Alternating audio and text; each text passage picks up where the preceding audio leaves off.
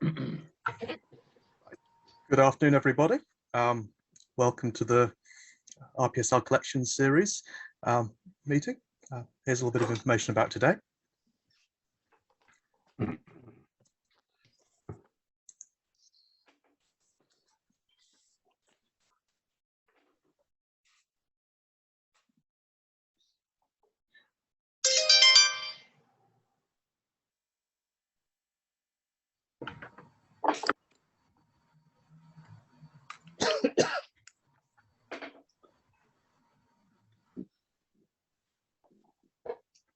So just a quick reminder, I think we've got everybody's names set.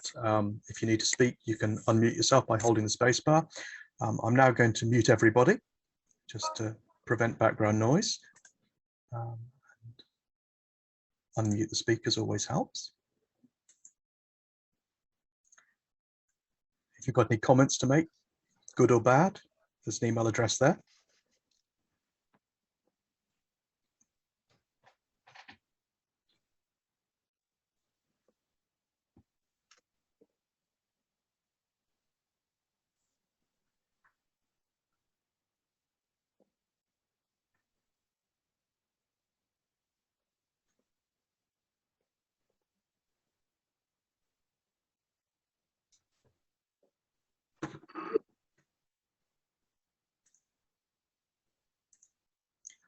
Okay, now I'm going to pass over to Nicola for an introduction. Nicola. Thanks, Mike.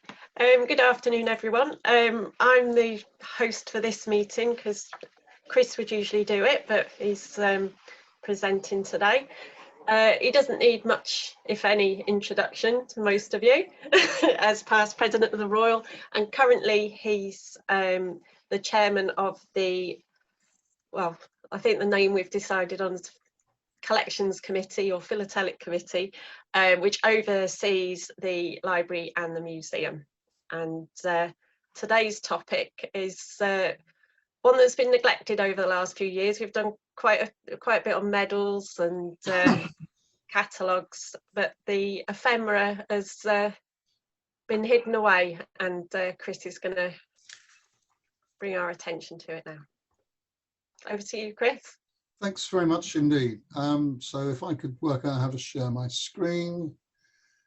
And just a reminder to everyone while Chris is doing that, that if you have any questions, put them in the chat and we'll deal with them at the end. Okay, sorry about this. Why won't it do that share?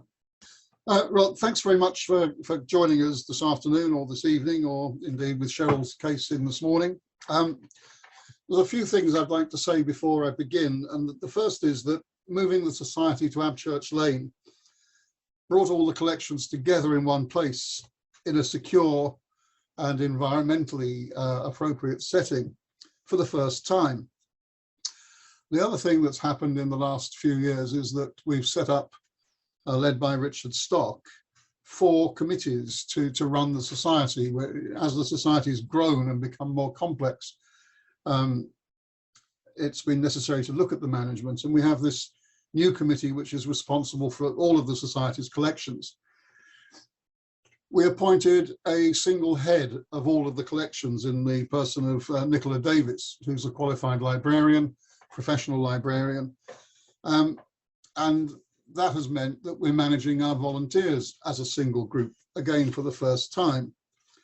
So we're able to see the society's collections as a whole under a single management, and it's made a few things which should have been obvious before even more obvious. So the links between the library, the museum, the archive, and the associated materials have become more real. And what we're going to look at today is some of the associated materials.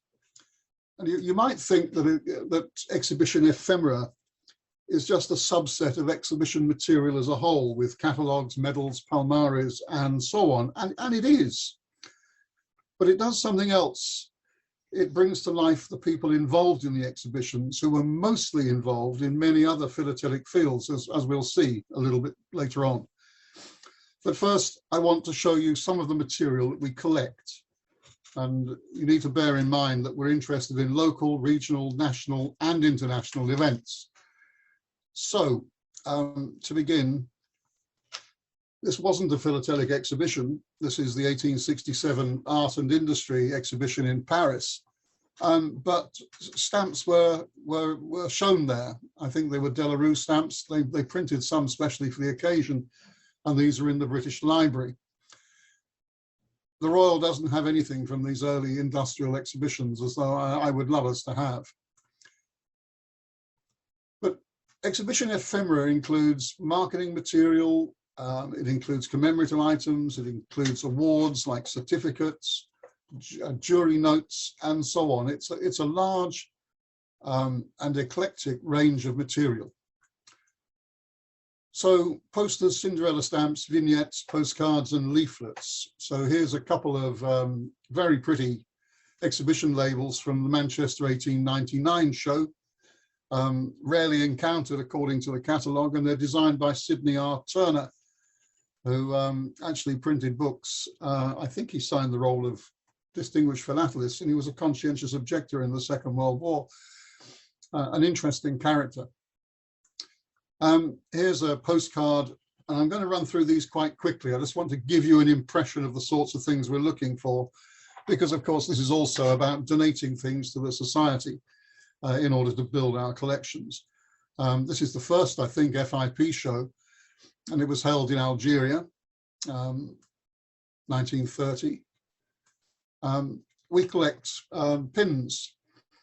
Here's a handful here, one for Ari, Finlandia 2017, one for Bill, the Europhilex 2015, London 2020, and very perspicacious or prescient here, it says London 22, which is what it's turned out to be. And Boston 2026, please God that will happen as normal, and an FIP jury pin. So we collect all of these kinds of things. Here's a pack of cards, 2 packs of cards from Washington 2006, playing cards. The gold thread is, they're still unwrapped, and those are, you need to pull those off to take the cellophane off. A grand award from Pittsburgh 2009, and a very sort of vanilla large gold medal which could belong to any exhibition, and the lanyard at the bottom from London 2015. All of these things we would like to have in our collections to demonstrate the range of things which have been put together to make exhibitions alive. Here's a couple of fairly recent badges, one from Zindelfingen 2019, another one from Nordia in Iceland in 2003. This is from an exhibition dinner held at the Guildhall 2015, and the table decorations were all past presidents of the society, and the Earl of Crawford's table was reserved to philatelic bibliophiles. Designs by Sue Dorr of Sivana Designs, Oxford. And we like to know who designed these things, and a lot of that has been lost in the mists of time. 2008, a gala dinner at Ephemera in Bucharest, an invitation, a photograph. I think this is a splendid photograph of Iposta 1930. And we're always interested in photographs, especially if they're named, because quite frankly, we don't know who anybody is that we're looking at here. And it would be good to know. That's one of the shows I would love to have attended if I could go back into the past, Berlin 1930. This is 1940. These will be quite familiar to a lot of people, produced for the centenary of the penny black and twopenny blue, but unissued due to World War II. A souvenir sheet from the United States, 1936, from Typex, the third international in the United States. Courtesy, in this case, of the Postal Museum at the Smithsonian. We don't have this one. London 2010 Festival of Stamps. I think a really nice miniature sheet. a miniature sheet that was printed to hand out at the dinner for Europhilics.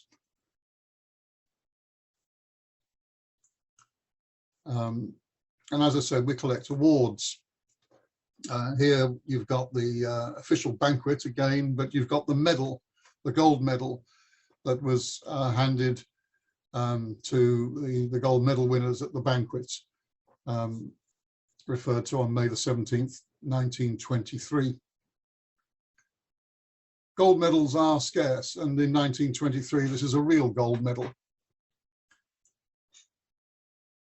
We hold a number of exhibition awards, the trophies. This is one we don't hold, and I put it here just to ask the question of where did these things go? This is the London International Stamp Exhibition, the Ladies' Cup, and we just don't know where it is. And if you go through the philatelic literature and the illustrations just of the London exhibitions, you wonder where these things have gone to. Nordia, 2015 in Sweden, and you can see here that they've got a runic motif from Täby, from a rune stone there, and on the left is the standard badge for Nordia shows, designed by Victor Kuik in Estonia. A London 2010 medal, and this was quite a big show. It was a festival of stamps, and I don't know what we have from the British Library event, or the Marylebone Cricket Club Museum event, or the Wimbledon event, or Bletchley Park, but these are pieces of ephemera which really belong in the Society's collections. Here's 2015, well, it was the President's dinner and a celebration dinner for the show, and this one had music and song. Not alone in that, there were many exhibitions have had entertainment at them, and we're always interested to know what was going on. And exhibition catalogues and palmares, usually held in the library, but historically they've been held in the museum, and some of them have been in the archive, and even the odd one or two in the philatelic collections. So, this is from Vienna, 1911, with a very rare entry tickets. The entry tickets were all thrown away, but quite a nice design there with from Maximilian Liebenwein, and you can see his cartouche enlarged, which is up in the top right-hand corner. Thank you very much for making that mark. So if we can have catalogues and tickets and palmares and dealer advertising, all of these things belong together in this collection. That's the 23 show with the all-important awards. And you can see the jury there, Walter Dorning-Beckton, Diana, Manus, Reuterschuld, and Neil Strandell from Sweden, and R.B. Yardley. Some of these exhibition juries were really very, very, very talented and very important people in philately. One here from the Society, the Royal Jubilee exhibition in 1935. And they printed a series of plates, and these plates are very rare, and the Society, unsurprisingly, I hope, has a complete set of these plates. But another relatively modern one, at least it feels modern when you say 1967, it's getting to be a long time ago, but that's from Amsterdam in 1967, and this is from Philampia in 1970, together with some of the stamps that were produced by Royal Mail. And quite often, you know, you get these final reports. They're not done so much anymore, but these final reports usually gave the accounts, lessons learned, a summary of the events from the beginning to end, and some of the statistics. And they're very important, and quite often they're missing from collections. Something relatively recent, and you can see this, it says Mr. and Mrs. King. It's because I've not been able to get into the Royal to scan some of the material I would like to have shown you. So you've actually had to have some from from Beata and from myself, but these will in the fullness of time annoy Nicola by coming to the museum. So everything we hand in has to be accessioned. But that's the sort of thing that's really quite scarce. It's a table number in a little envelope, and they just disappear. That's the inside of the menu. But again, you can see that there's Michael Dixon with the introductory comments, and there's presenting the FIP Research Award and so on, and Charlie Peterson, who was the president of the jury. And it's always nice to know who these people were and what they were doing. And that's a gold medal award for Beata. And that's the sort of thing that we're looking to collect. So if anybody has any of this sort of ephemeral material relating to exhibitions, we're always interested in receiving it. But let's go right back to the beginning, the earliest exhibition in Europe, which was in 1881 in Vienna. Also the location of the first philatelic exhibition dinner.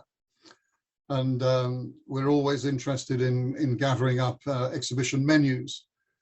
But this show, 1881, produced its own souvenir stamps.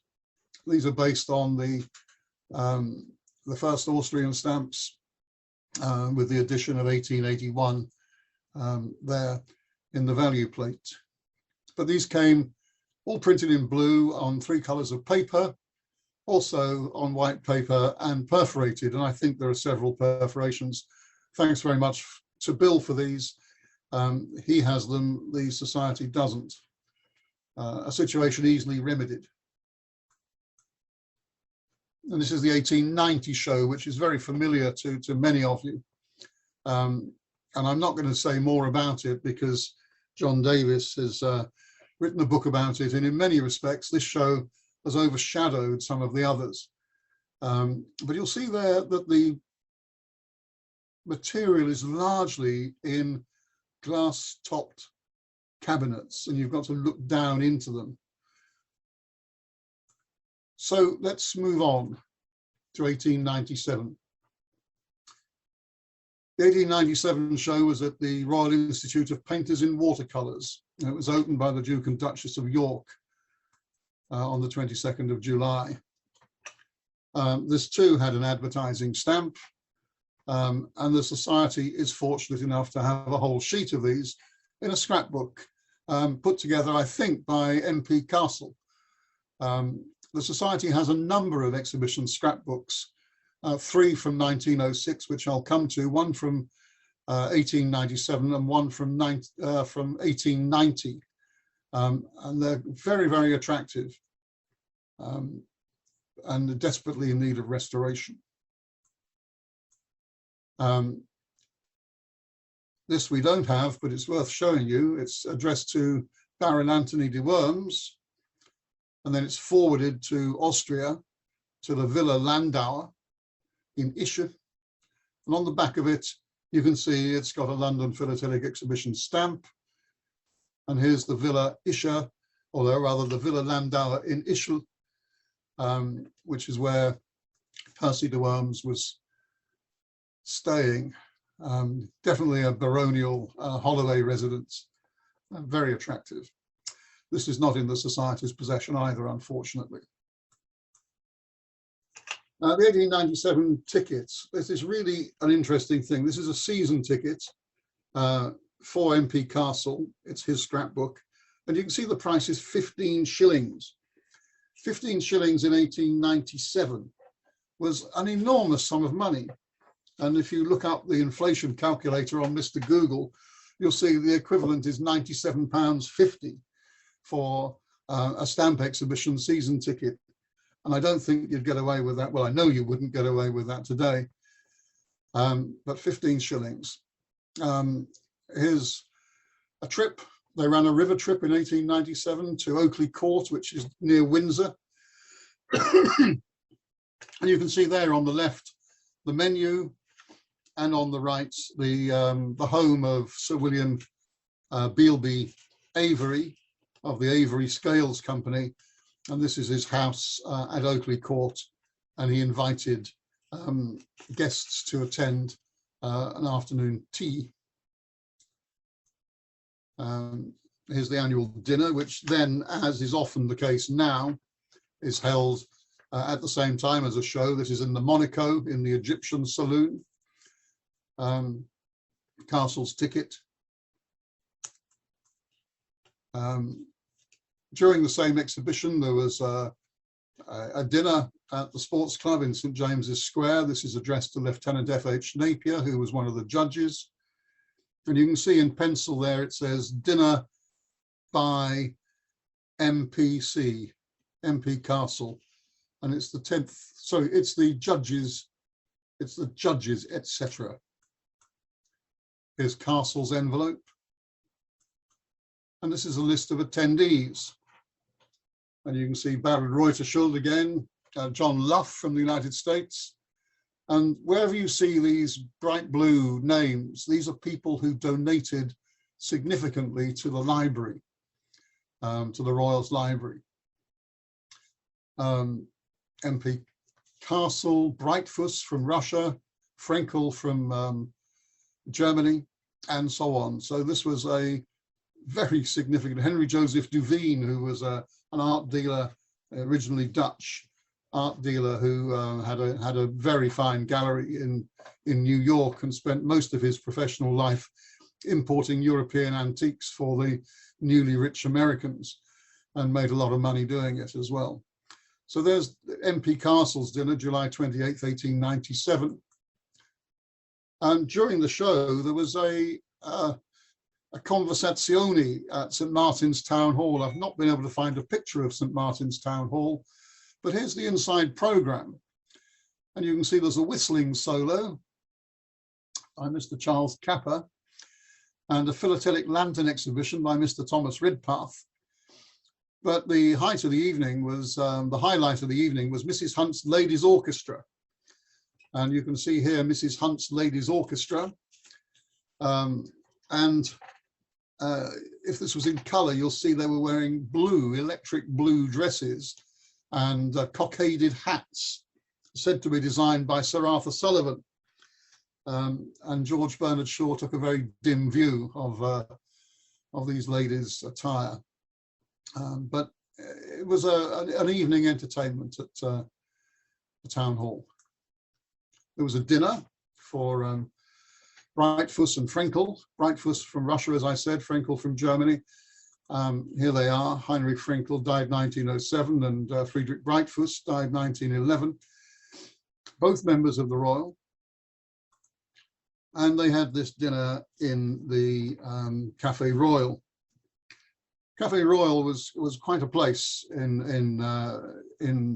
at this time. 2 years before, in 1895, Frank Harris had advised Oscar Wilde not to pursue his lawsuit against the Marquis of Queensberry. It was said that you would find the riffraff and the Royal at the Café Royal. This is another dinner held at the Trocadero. This was a dinner held by William Peckett, and I didn't know very much about it. I don't know who attended. I do know, courtesy of Peter Coburn, that this is from the 2-cent Selangor and Perak of 1891.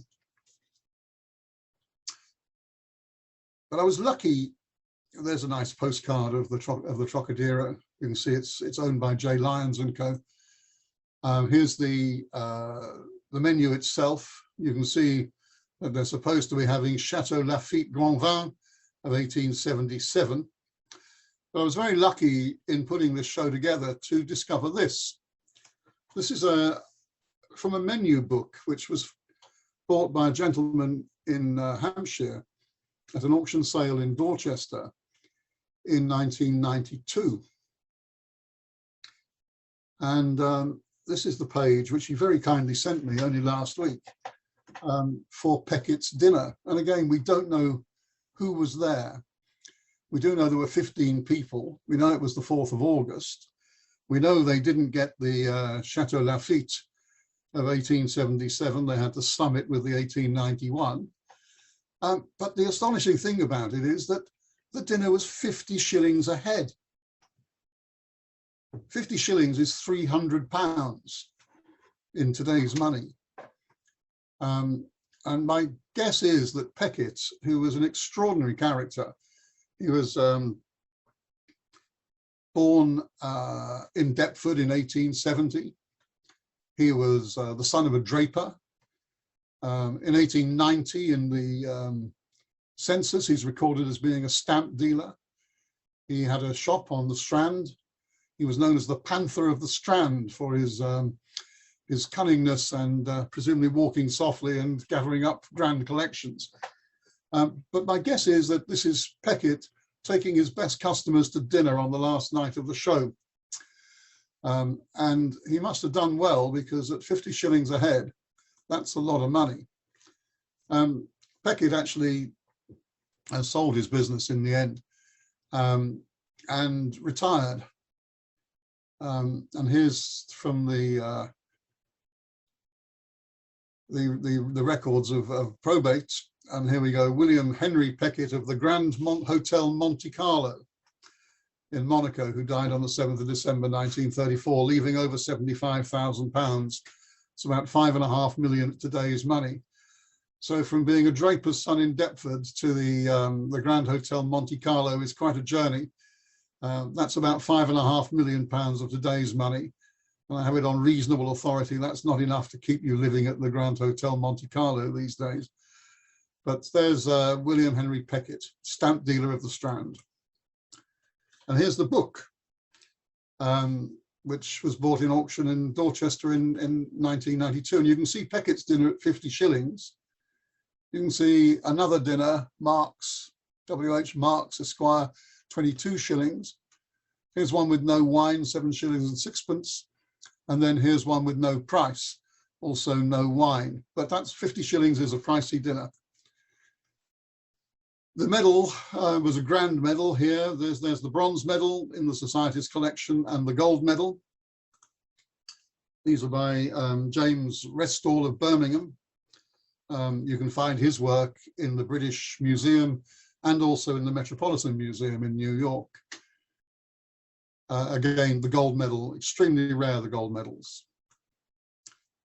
And then to cap off the 1897 event, you've got the complimentary dinner for Tilliard and Gordon Smith, who did all the work, at the Egyptian saloon of the Café Monaco. The Café Monaco is one of the sort of top 10 Edwardian late Victorian restaurants, and was quite a haunt of the Royal Philatelic Society, the Philatelic Society London, as it then was.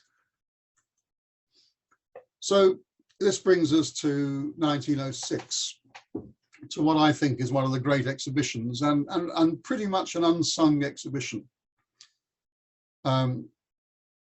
It had a special class of awards for exhibits by ladies. And I've been looking for Mrs. E.B.S. Benest. I can find her coming on a ship from Rio de Janeiro, but I have no idea what her name was, since she's hiding behind her husband's name. And Mrs. Herxheimer, who I've also looked for, and I can't find any philatelic history for her. But they had a championship class. One of the extraordinary things about this is that the collection of the Hawaiian Missionaries brought sent to the show by Henry Crocker escaped the earthquake and subsequent fire, which consumed much of Crocker's collection in April, I think April the 18th, 1906. Crocker was fortunate to keep his Hawaii, but very unfortunate to lose his daughter 12 years later in the 1918 flu pandemic. Yeah, Crocker. In the scrapbook, we've got this poster for the show. This is, I think, a double crown poster, 30 inches by 20, and it's folded into 6. And I think we have 2 of these. Admission 1 shilling. That's £6 in today's money. It was at the Royal Horticultural Hall, Westminster.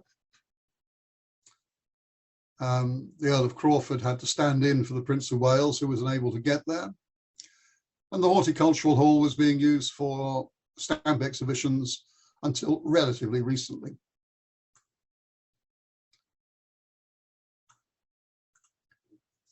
And most of the quotes here, in fact, nearly all of the quotes here, are taken from the report in the 1906 London Philatelist.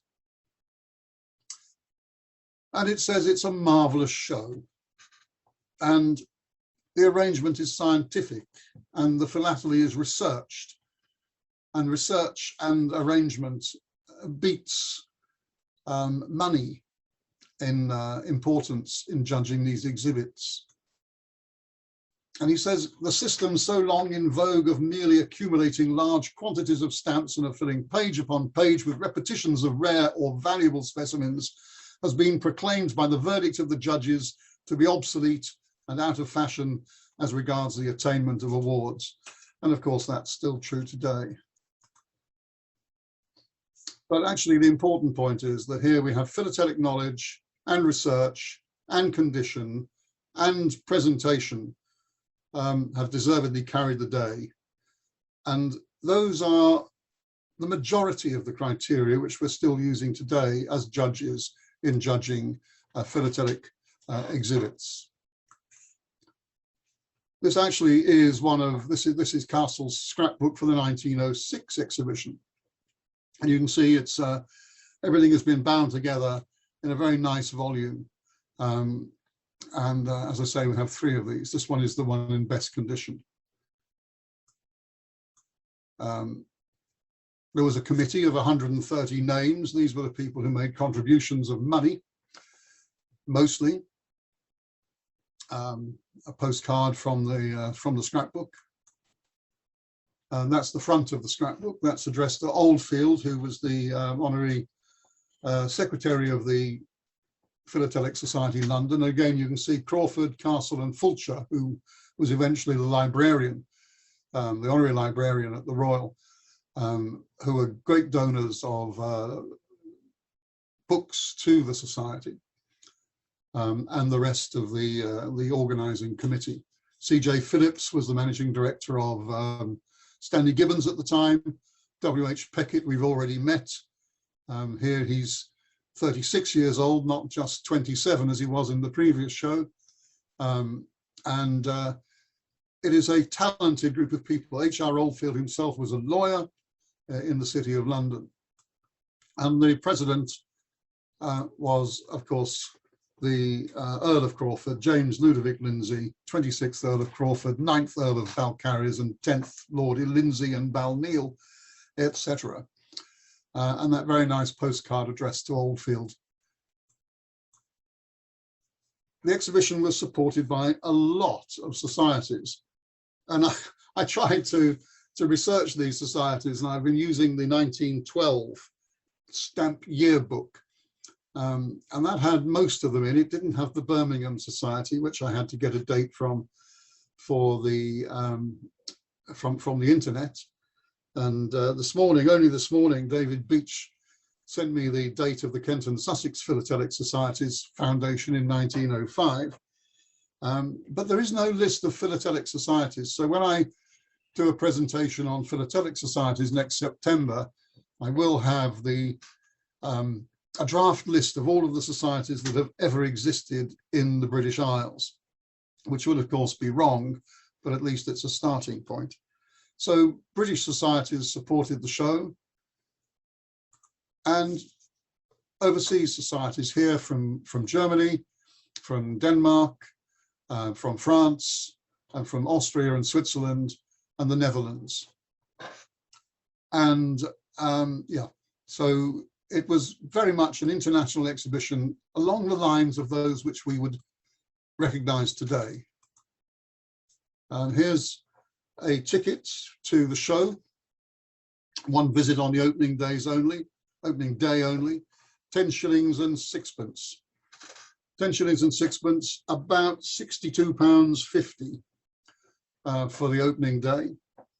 This is in a time when according to the Wholesale Cooperative Society's annual report of 1904, a 3-bedroom house for rent was £15 a year, and the working class family budget, doesn't give us the size of the family, but it says a family budget, was 22 shillings and 6pence. This was not a show for the ordinary working people. And at that time, I think it looks to me as though philately was much more exclusive than it is today. Here's a free pass, this one given to Leslie Hausberg. Leslie Hausberg,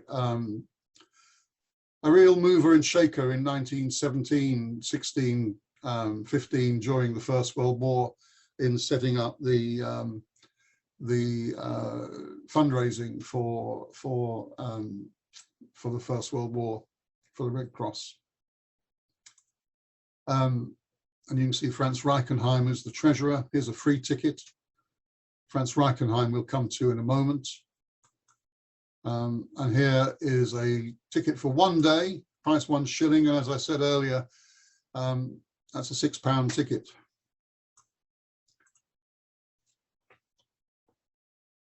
There were a lot of banquets and dinners held during this show. This is the official banquet, attended by 130 ladies and gentlemen.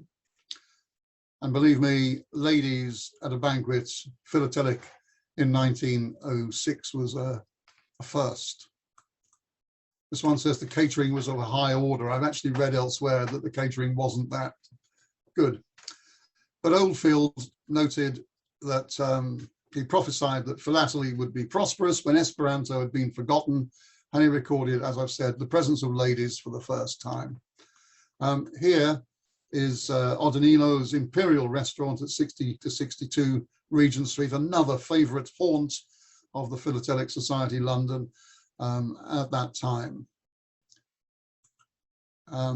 We're lucky also in this scrapbook folded in the back to have the table plan for the official dinner.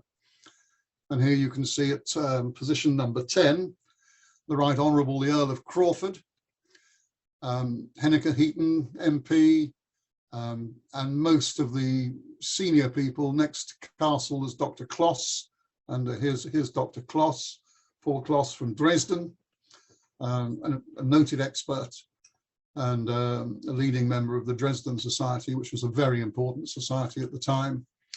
And here we've got George Hamilton Smith. If you look at Hamilton Smith's table, you've got Mr. Phillips, that's Charles Phillips, the owner of Stanley Gibbons, or the managing director, largely owner. And you've got the Hamilton Smith party. I think there were 5 of them here. Hamilton Smith, stamp dealer, just like Peckett, born in 1870. He had these very attractive labels made in 1901 for his business. But by the time it got to 1905, he'd just sold his business to Charles Phillips and Stanley Gibbons.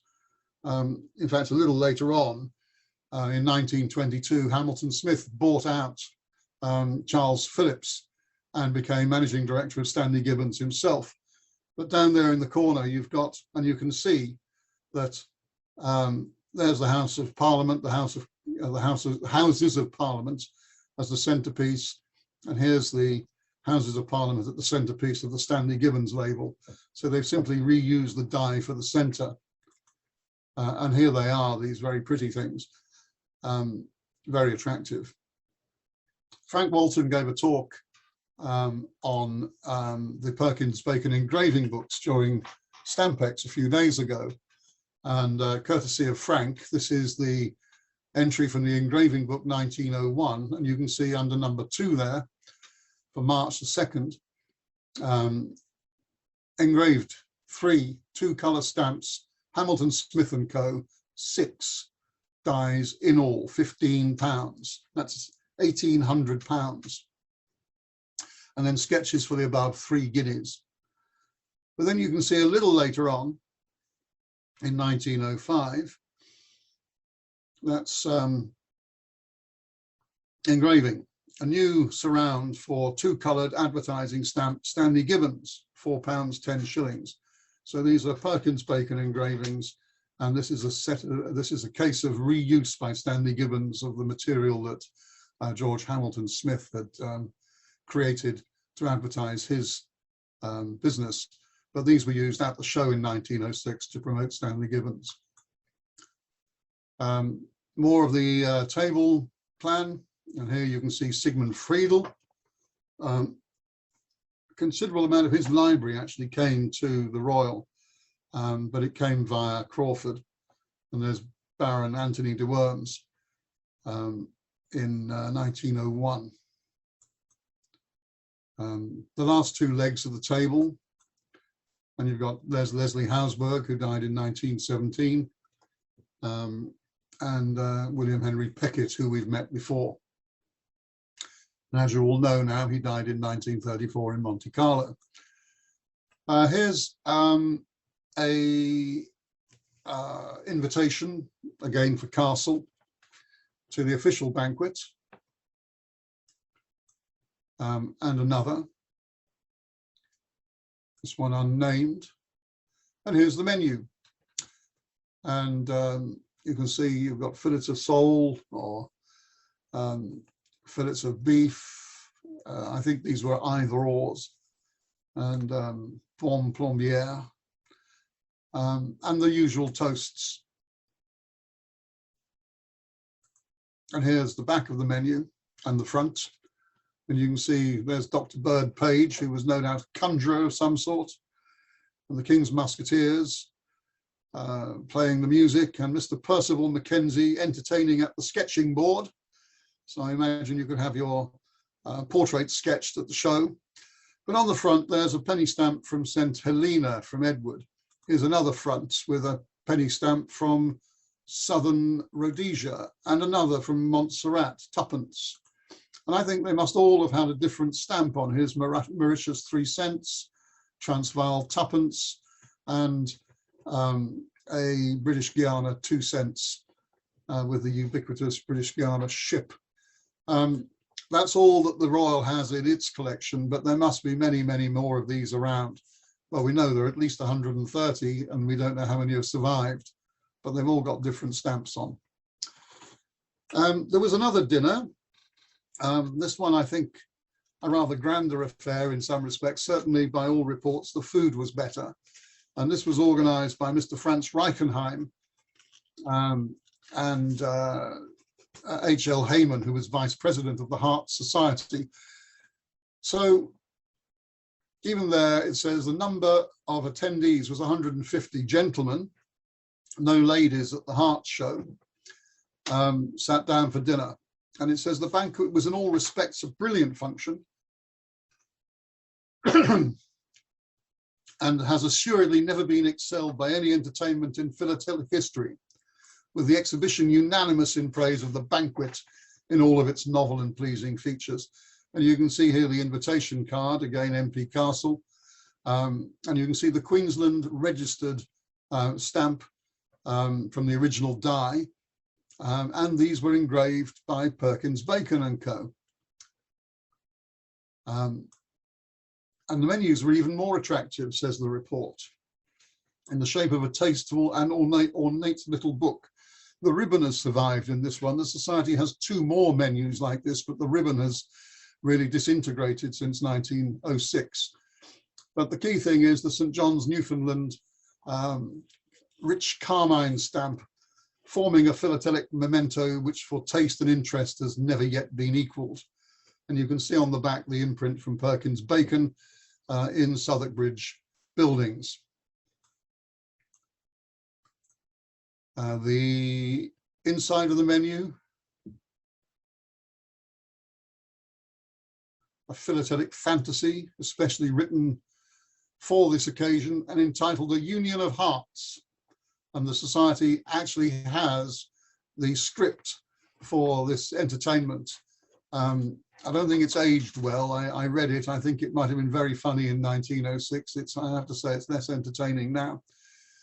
And there's the other part with the menu and the usual range of toasts.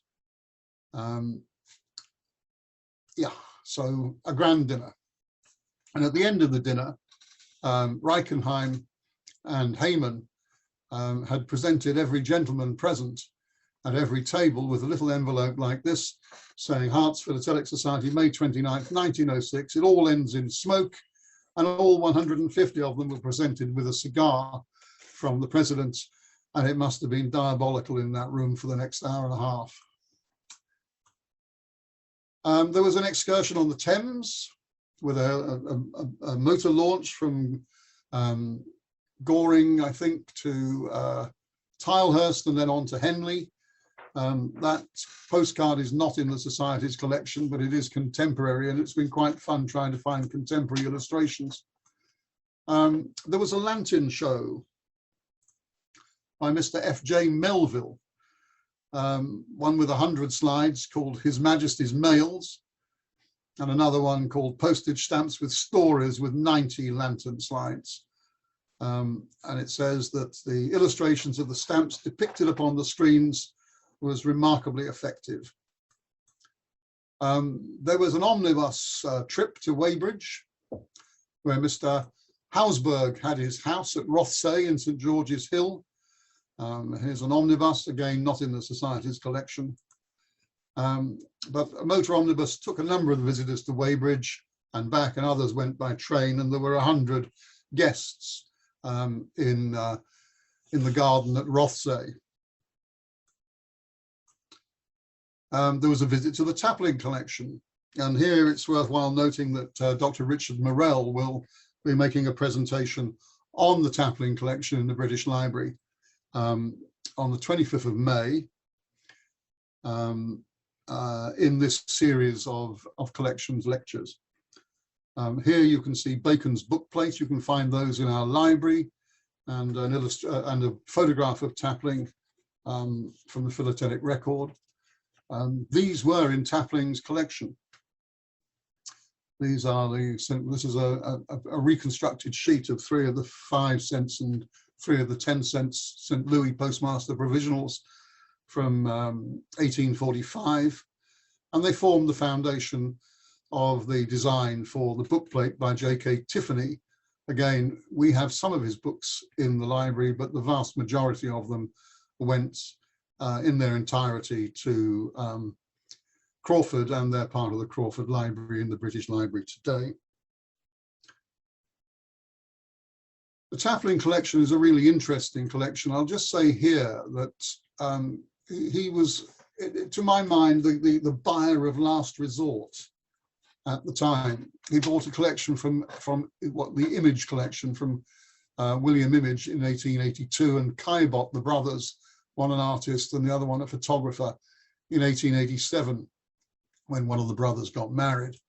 And here, Image was one of the original donors of books to the Society's library, but he sold his stuff to Tapling for £3,000, and Caillebotte sold their stuff to Tapling for £5,000. That's £8,000, nearly £1 million in today's money.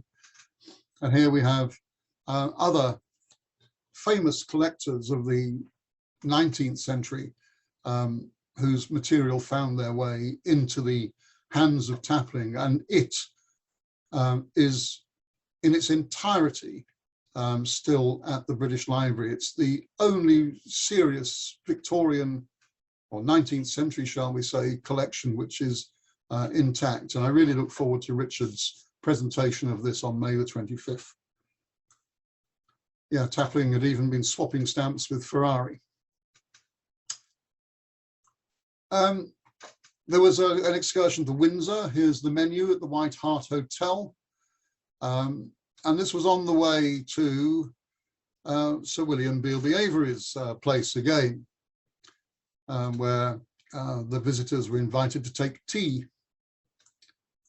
Here's the menu, and here's Oakley Court again, as you saw it in 1897. Well, interestingly enough, it's just been renovated and will be opening on in April 2021. It's a hotel, so you can go and stay, if you wish, in Avery's house on the Thames, Double bedroom, £262 plus dinner. So you'll have to be feeling reasonably flush to go and have a philatelic event there these days. But there's the front of the menu, and the inside of the menu, which you can see is tea. It's plum cake and mustard and cress sandwiches and champagne cup and claret cup and lemonade. But it looks like fun. There was a trip to Crawford's library. There's Crawford in his office, in his library. I think that's in his London house. There was a jury dinner in Brighton. Castle lived in Brighton at a house called Aylesbury, Furze Hill, Brighton. And you can see here is a letter from Aylesbury at Furze Hill, Brighton. It's written later in 1906. Quite why it's the 8th and 10th of December, I don't know. But it's interesting because he's writing to Judge Philbrick, who was one of the earlier presidents. It was actually Philbrick's chambers. Philbrick was a judge. Philbrick's chambers was the location of the second meeting of the society in 1869. But he's writing saying that the society, the Philatelic Society London, is going to become the Royal Philatelic Society London. And he puts a PS on, which is, I've married again since we last met. And PS, we're all required to keep it a secret until the LP appears about the 18th of December. So one assumes it's the royal element that's being kept a secret, not Castle's second marriage. Here's the menu, and I think written in Castle's own hand. And on the back, the signatures of all of the attendees: Dr. Paul Kloss, who we've met, Reuter Schuld, Dorning Beckton, Henry Peckett, Stanley Castle, that's MP Castle's son, Captain Castle, Deanna Luff, Dr. Stanley Taylor, who I found out very little about, and Hilmer Dueling, who was Swedish. I can find his birth, but he disappears in his second marriage in 1930 somewhere in Sweden. So a splendid little piece of ephemera with autographs of some of the key players in Edwardian philately. David Beach has written a few nice monographs about Edwardian philately, and they're really worth looking at. But there were more dinners. Reichenheim had another dinner at his house in Holland Villas Road, and C.J. Phillips, Charles Phillips, and Peckett. We've seen Peckett's dinner, but we've got no material left from the Phillips dinner or the Oldfield dinner, and others entertained parties. So we can see that it was, if you were an attendee at the 1906 show, it was quite an event. There's the judges who we've met before. And what's interesting, you look at these judges before the First World War, and indeed to a degree after, and there was such an international element to philately, with the same teams of judges traveling from show to show around Europe and even to the United States. Here's the awards list. And all of the philatelic material I'm showing you, with very few exceptions, is in the Society's collection. And we can see, unsurprisingly, and I'm sure completely justifiably, that the Championship Cup is run by the Right Honourable the Earl of Crawford. The Championship Cup gold medal, there's Henry J. Crocker for his Hawaii, mercifully saved from the earthquake in San Francisco, as I mentioned earlier. How many people came? It's always one of those exhibition questions. Well, it was a relatively long show by today's standards. I mean, it's 9 days. And they recorded the tickets that were sold meticulously and those who paid on the day. And it's 4,123 in all attended. And the LP says beyond this, there were, of course, all of those connected with the exhibition in various ways. And hence it may be assumed that not less than 5,000 people were at the exhibition.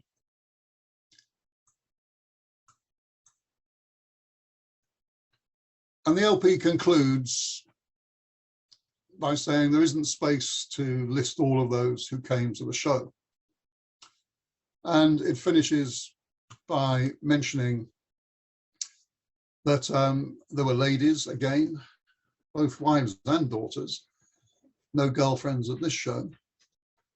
And then the entire article, which runs for 18 or 20 pages, concludes with a list of 139 names who attended. There is recorded that there was a visitor's book, which we don't appear to have. And one of the other advantages of moving is that the Society has actually probably taken out and looked at nearly everything that it has in its collections. We still have a way to go, but we still haven't found this visitor's book. And if that's out there in the world somewhere, God, we'd love to have it. So thank you very much. I have to say thank you to Glenn Morgan and Graham Wilson for their splendid book, to the LP for its recording of philatelic events, particularly these shows in 1897 and 1906. And that's me, I'm done. Thank you very much indeed. So. Thank you, Chris. Just having a look to see if we've got any questions. There's one from A. Walker. What were the definitions of those award classes? Well, there was philatelic literature, class 8. But actually it was still, and I'd have to go back and check, it was still very stamp based. There were postal history exhibits, but there wasn't a postal history class. If you drop me an email, I'll send you a list of classes, because I just really don't remember it for the moment. But it was at the tail end of all of these changes, you know, when there were awards given for exhibitions of more than 5,000, but less than 8,000 stamps in albums. And the albums were often brought to these exhibitions. And one of the reasons that the bin room is called the bin room at an exhibition is because they used to put these stamp albums in bins. And when the judges came, they would go to Beata King's bin to look at her albums, and they would judge it on the basis of what was in the albums as well as what was in the frames. But yeah, very stamp orientated. But there was a literature class, and it's important. I don't know when the first philatelic literature exhibition was, but this was a philatelic literature competition for material which had been published after, I think, the 1st of October 1890 and before the date of this show in 1897. Thank you. There was another question from Frank. What has been the most surprising discovery made during the research for this presentation? Well, the cost of it all. I mean, the idea you can charge 100 quid for a first day, for an opening day ticket. I mean, that was just absolutely extraordinary. And the consequent revelation that actually this was definitely a middle and upper middle class activity. That was the first thing. The second thing was the signatures on the back of the menu, MP Castle's menu at his house in Aylesbury for the jury. It was a wonderful thing to find with all those signatures, and trying to research those people was fun. So yeah, it's the people behind the show that I think have been the revelation, and how it was that it's not different today, of course, and I should have realized this, but how, you know, the people organizing the show, there is a report somewhere which says that you could find Castle and the rest of the management committee polishing the glass in between talking to a duke or an earl. And they obviously got on with it, and they rolled their sleeves up, and they did polish the glass, and they put the show together just as we do today. And I kind of thought they might have people to do that, but they clearly actually did a lot of it themselves. So bringing the people alive and making the connections between the museum and the library and the exhibitions and the ephemera and the events is a lot of fun, and I think we need to do a lot more of this to bring some of these people back to life. They were so important for philately. I think one point I'd add to that, Chris, is quite often you said in your presentation the Royal doesn't have one of these, and I'd say that some of the stuff you've used we didn't know that we had until you made your way through these scrapbooks.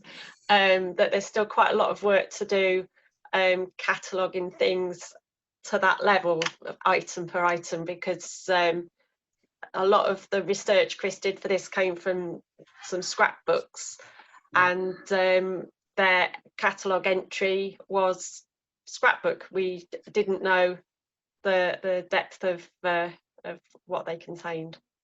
No.